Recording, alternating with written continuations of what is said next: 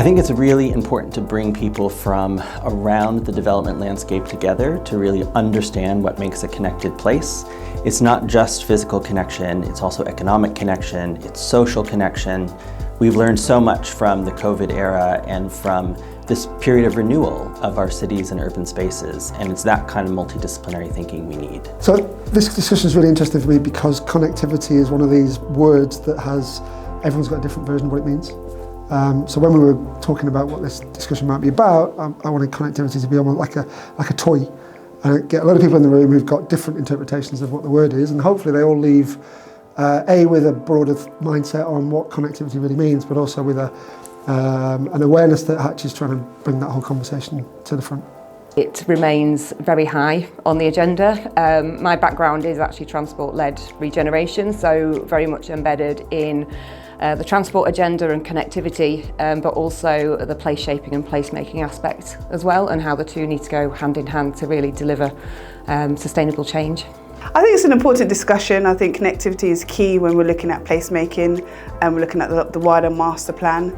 So I think it'd be quite good to hear about others' perspectives and experiences with designing that into places and how they've overcome any challenges they may have experienced, and just also to give a Muse perspective on our experiences.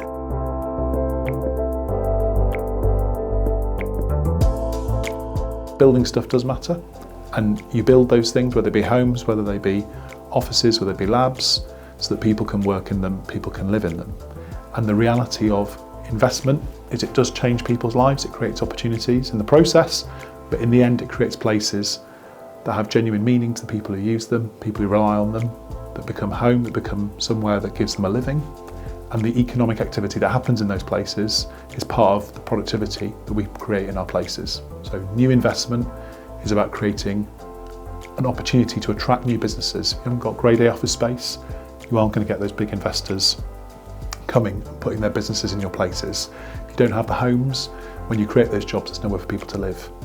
So the role real estate plays in our economy isn't just as a sector, just as an investment class, it's as an enabler of economic growth and of raising northern productivity.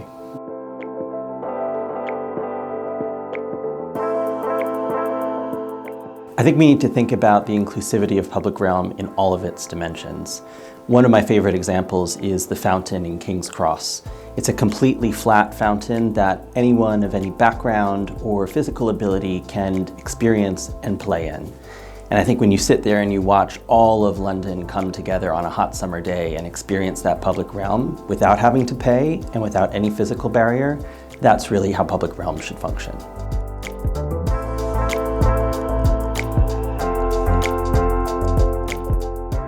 I think intuitively as social value practitioners, we see the benefit of taking this kind of holistic social value approach, but I think people that are more commercially minded or hold budgets or investors that are looking for a return on investment still don't have the confidence that social value is a return in its own right. And I think the evidence base for that will continue to grow.